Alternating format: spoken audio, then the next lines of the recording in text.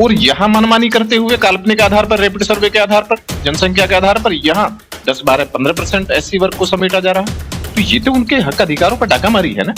यही हमारी मांग है कि जो हमारे अधिकारों पर, जो संवैधानिक अधिकार हैं, उन पर हक मारी ना की जाए, डाकामारी ना की जाए, उनको सुनिश्चित किया जाए।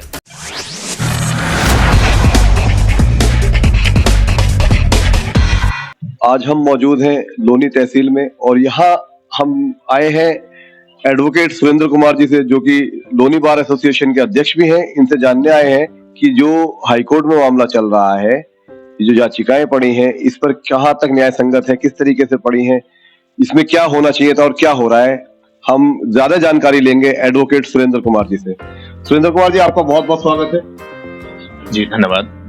तो सुरेंद्र कुमार जी, ये जो न्यायपालिका में ये जो मामला चल रहा है हाईकोर्ट के अंदर, इसमें जो ये हो रहा है, ये क्या, किस तरीके से सही समझते हैं आप, कहाँ तक सही है? जो नगर निकाय विभाग द्वारा जो चुनाव की संबंधित जो अधिसूचनाएं जारी की गई, जो परिसीमन जारी किए गए, जो वो सही नहीं था। संविधान के अनुसार जो संवैधानिक व्यवस्था है, उसमें अनुसूचित जाति जनजाति वर्ग के लिए 22.5% संवैधानिक पद प्रतिनिधित्व होना चाहिए। ये लोकतांत्रिक अधिकार है उनका कि जो सामाजिक, आर्थिक, राजनीतिक और शैक्षणिक रूप से पिछड़े वर्ग है, वंचित वर्ग है, उन्हें राजनीतिक भागीदारी उनकी सुनिश्चित की जाए। ऐसे ही सामाजिक, आर्थिक और राजनीतिक रूप से पिछड़ा वर्ग है, उसके लिए संविधान में आबादी के अनुसार पद प्रतिनिधित्व सुनिश्चित किया गया था मंडल कमीशन के अनुसार, जिसे स्वीकार किया गया, परंतु सुप्रीम कोर्ट द्वारा उसे 27.5% पर सीमित किया गया। तो जो अधिसूचनाएं जारी की गई जो आरक्षण की, वो आरक्षण नियमानुसार संवैधानिक व्यवस्था के अनुसार नहीं था। जातिगत आंकड़े सरकार ने जुटाए नहीं थे और जहां तक होना चाहिए था, जिसे 55 वार्ड लोनी के हैं, यहाँ लगभग 12 वार्ड एससी वर्ग के लिए होने चाहिए थे। और जितने भी नगर निकाय के अध्यक्ष हैं, चाहे नगर निगम के हैं, नगर पालिका परिषद के या नगर पंचायत के हैं, वो भी पूरे प्रदेश को एक मानक मानकर 22.5%, प्रदेश उत्तर प्रदेश में 23% है, ये सुनिश्चित होना चाहिए था। और ओबीसी के लिए भी 27.5% होना चाहिए था। परंतु सरकार द्वारा जो जनसंख्या के आंकड़े, जातिगत आंकड़े तो किए नहीं, जबकि जातिगत जनगणना हुई थी, परंतु उसको सरकार ने अधिसूचित नहीं किया, सार्वजनिक नहीं किया।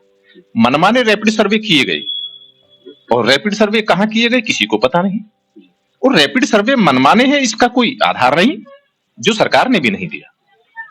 तो ये असंवैधानिक है और संवैधानिक व्यवस्था के खिलाफ है। और देश में जो एससी एसटी वर्ग है, ओबीसी वर्ग है, उसके संवैधानिक लोकतांत्रिक अधिकारों को, पद प्रतिनिधित्व को हड़पने का हकमारी या डाकामारी है। इसके विरोध में हमने आवाज उठाई थी। याचिका उनके माध्यम से भी जो दाखिल किए गए, प्रार्थना पत्र दिए हैं हमने माननीय राष्ट्रपति महोदय को भी, सुप्रीम कोर्ट को भी, और जितने भी संवैधानिक पदाधिकारी हैं या जो भी अधिकारी नियुक्त किए गए, जिलाधिकारी महोदय, हमने वहां पर भी आपत्ति दी और उनको ऊपर भी भेजा। और उन पर आज माननीय हाईकोर्ट द्वारा उन पर संज्ञान लिया गया और आज कोर्ट में उन पर अब सुनवाई चल रही है, आपके सामने है। नहीं, ये सुनवाई आपको क्या लगता है कहाँ तक सही है और इसमें कहाँ तक सही निर्णय हो पाए? देश के शासन प्रशासन की और संवैधानिक व्यवस्था के हिसाब से हमारा संविधान है। संविधान में देश का शासन कैसे चलेगा, शासन का जो पर है, जो प्रशासन है, वो अपनी प्रशासनिक व्यवस्था कैसे होगी, वो संविधान में सारा सुनिश्चित है। परंतु ये जो सरकार ने नगर निकाय चुनाव कराने के लिए जो मनमाना जो रैपिड सर्वे का एक आधार बनाया, ये एक काल्पनिक है, ये मनमानी है, असंवैधानिक है, इसके खिलाफ है। जो संवैधानिक व्यवस्था है, उसके संवैधानिक व्यवस्था के हिसाब से 22.5% एससी वर्ग के लिए और 27.5% जो माननीय सुप्रीम कोर्ट के जो वर्डिक्ट है, उनका आदेश के अनुसार जो पारित किए गए, उसके अनुसार सुनिश्चित होना चाहिए था। ये नहीं किया गया। जबकि 50% से आरक्षण ज्यादा नहीं हो सकता, परंतु ओपन कैटेगरी, जिसे जनरल कैटेगरी के लिए कहा गया, वो लगभग 70% हो गया। एक तरफ जहां ग्रामीण क्षेत्र में जब चुनाव आए, वहां तो जब प्रदेश की आबादी एससी वर्ग की 30% है, परंतु ग्रामीण क्षेत्र का जो ग्राम पंचायत के चुनाव हुए, जिला पंचायत के चुनाव हुए या क्षेत्र पंचायत के चुनाव हुए, वहां 22.5% दे दिया। और यहाँ मनमानी करते हुए काल्पनिक आधार पर, रैपिड सर्वे के आधार पर, जनसंख्या के आधार पर यहाँ 10, 12, 15% एससी वर्ग को समेटा जा रहा है। तो ये तो उनके हक अधिकारों पर डाका मारी है ना। ओबीसी के अधिकारों को समेटा जा रहा है, उनको हड़पा जा रहा है। ये जो संवैधानिक डाके मारी है, हक मारी है, तो इसके खिलाफ माननीय हाईकोर्ट ने संज्ञान लिया है। हाईकोर्ट या सुप्रीम कोर्ट हमारी संवैधानिक व्यवस्था के, संवैधानिक अधिकारों के संरक्षक हैं, रक्षक हैं। उनकी जिम्मेदारी और जवाबदेही बनती है देशवासियों के प्रति। उनका उत्तरदायित्व है कि हमारे जो संवैधानिक अधिकार हैं, जिनको संवैधानिक पदाधिकारी या शासन प्रशासन के जो अधिकारी हैं, जिनको सुनिश्चित करना है, उन अधिकारों की रक्षा करें, उन्हें सुनिश्चित करें। उन अधिकारों को सुनिश्चित करने के लिए ही हम प्रदेशवासियों ने, बहुत सारे लोगों ने जो अपनी बातें ज्ञापनों के माध्यम से शासन प्रशासन को दी है और हाईकोर्ट में भी दी है, माननीय सुप्रीम कोर्ट को, महामहिम राष्ट्रपति महोदय जी को भी दी है। यही हमारी मांग है कि जो हमारे अधिकारों पर, जो संवैधानिक अधिकार हैं, उन पर हक मारी ना की जाए, डाका मारी ना की जाए, उनको सुनिश्चित किया जाए। जब आबादी हमारे 22.5% है प्रदेश में, एक सरकार है, एक विधान है, एक संविधान है, तो इसे आप डिवीजन कैसे कर सकते हैं? वो डिवीजन ही मनमाना है। वकील साहब, 2013 में जब से भाजपा आई है, देश में ऐसा लग रहा है कि संविधान को उठाकर एक तरफ रख दिया गया है और अपनी मनमर्जी का काम हो रहा है। क्या कहेंगे इस पर? बात किसी राजनीतिक पार्टी की नहीं, बात है कि जो संवैधानिक व्यवस्था है, उस संवैधानिक व्यवस्था के अनुसार ही तो राजनीतिक सिस्टम चलेगा, लोकतांत्रिक व्यवस्था होगी। चुनाव आयोग भी उसी के हिसाब से कार्य करेगा। परंतु हो क्या रहा है, जो राजनीतिक पार्टियां हैं, उन्होंने लोकतांत्रिक जनतांत्रिक व्यवस्था को लोगों तक नहीं पहुंचाया, सिर्फ अपने राजनीतिक गुलाम पैदा किए हैं, जो राजनीतिक पार्टियों में आकर राजनीतिक गुलामी करने और अपने जो वर्ग का या अपने क्षेत्र का या अपने देश का प्रतिनिधित्व नहीं करते, सिर्फ राजनीतिक गुलामी में चुप्पी थादे बैठे हैं। संवैधानिक पदों पर जो राजनीतिक गुलाम बैठाए हैं, जो सत्तारूढ़ पार्टी हैं, जो सत्तारूढ़ पार्टियां हैं, आज देखने में आ रहा है कि वो साम्राज्यवादी सत्ता की, साम्राज्यवादी शक्तियों की, पूंजीवादी शक्तियों की आधार पर काम कर रही हैं। साम्राज्यवादी शक्तियों ने जो पूंजीवादी आधार पर जो पाखंडवाद जो चलाया है, जन्म जाति के आधार पर, धर्म के आधार पर जो विषमता भेदभाव की जो राजनीति चलाई है, उसमें असल मुद्दे गौण हो गए हैं। आपका कहने का मतलब है कि ये लोग कठपुतली बन के रह गए हैं। ये राजनीतिक कठपुतलियां हैं जो संवैधानिक पदों पर बैठे हैं, और संवैधानिक पदों पर बैठे हुए व्यक्ति अगर संवैधानिक व्यवस्था की रक्षा की बात ना करें, लोगों के संवैधानिक मौलिक कर्तव्य हैं, मूल अधिकारों की बात ना करें, तो ये एक आपराधिक चुप्पी है।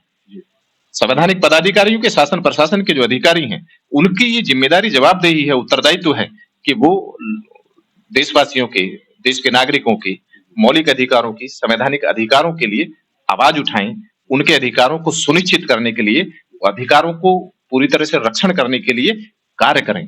अगर कोई कार्य लोप करता है या कार्य नहीं करता, तो ऐसे संवैधानिक अधिकारी हों या पदाधिकारी हों, उनके खिलाफ राष्ट्रद्रोह का, संविधान द्रोह का मुकदमा चलना चाहिए।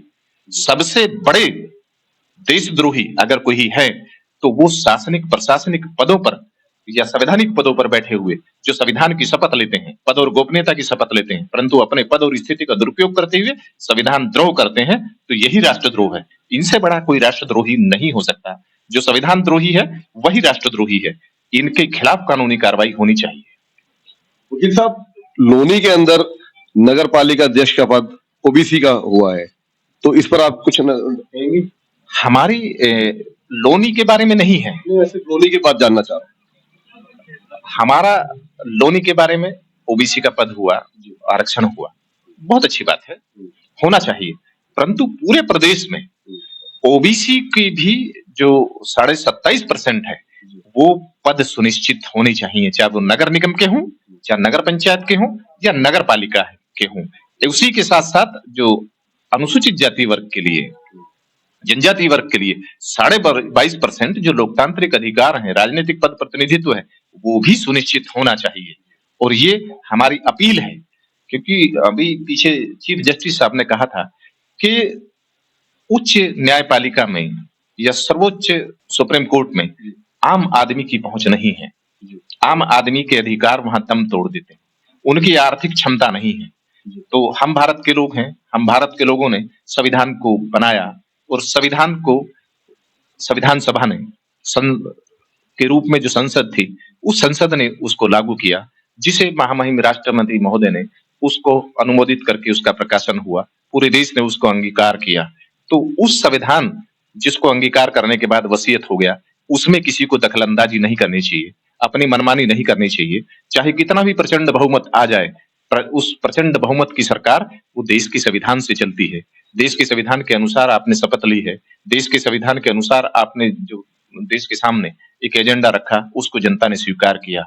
तो उस वसीयत के में कोई भी अगर दखल देता है तो वो गैर कानूनी है, असंवैधानिक है। ऐसी राजनीतिक पार्टियों को, ऐसे राजनीतिक पदाधिकारियों को, राजनेताओं के खिलाफ संविधान द्रोह में, जो कि देशवासियों के अधिकारों के साथ खिलवाड़ करते हैं, देश की एकता और अखंडता के खिलाफ वो करते हैं, जो दखलंदाजी करते हैं, अपनी मनमानी करते हैं, इनके खिलाफ कार्रवाई होनी चाहिए। हमारी ये सुप्रीम कोर्ट से और माननीय न्यायालय से ये अपील है। ये थे हमारे साथ लोनी बार एसोसिएशन के अध्यक्ष एडवोकेट सुरेंद्र कुमार जी, जो बता रहे प्रदेश की कमियों को और जो शासन प्रशासन की कमियां हैं उसको बता रहे थे। कैमरामैन इल्मा खान के साथ शाहिद खान,